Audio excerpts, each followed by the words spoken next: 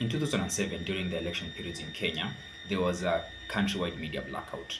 So no information was freely moving across different parts of the country, so everybody was in a total blackout. So if you're in Kisumu, you couldn't know what's happening in Nairobi. A lady who was, I believe, trapped in Eldoret came up with a solution at the spur of the moment, and the solution was Ushahidi. So she teamed up with her friends, came up with a solution, and this solution was supposed to be used during disastrous situations. A good example is this election period. So what would happen? People would share information either via applications, texts, and they will collect all this information into a database. And once it was in a database, they would geotag this information. So you send information while in Nairobi, that information will be tagged under Nairobi. So everybody will be aware of what's happening in Nairobi. Now, if a person in Kisumu shares the same information or different information based on Kisumu, that information will be geotagged and you'll be able to view what's going on in Kisumu while you're in Nairobi. Now, this is a perfect solution.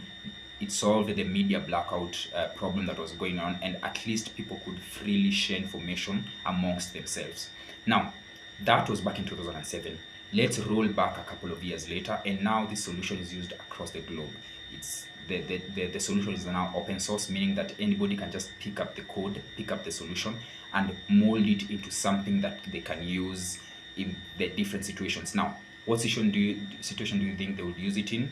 Hurricane periods. So if there's a hurricane, a good example is Japan. You will deploy that tool there. So someone who is in probably Tokyo could share information of what's going on there, and a person who's in a different part of the place will share the information. So now while you're in Tokyo, you're able to understand what's going on in a different part of the region. Remember, sharing the text, sharing the information via the application helped collect the information into one single database. Now, who's this lady that I'm talking about? It's Juliana Rotich. So this is a Kenyan product created by a Kenyan woman, a great woman, I believe, because coming up with such a solution that spans across all continents, across 150 countries, that shows that as Kenya, or as Kenyan young people in this case, we can come up with solutions that can be integrated across the globe.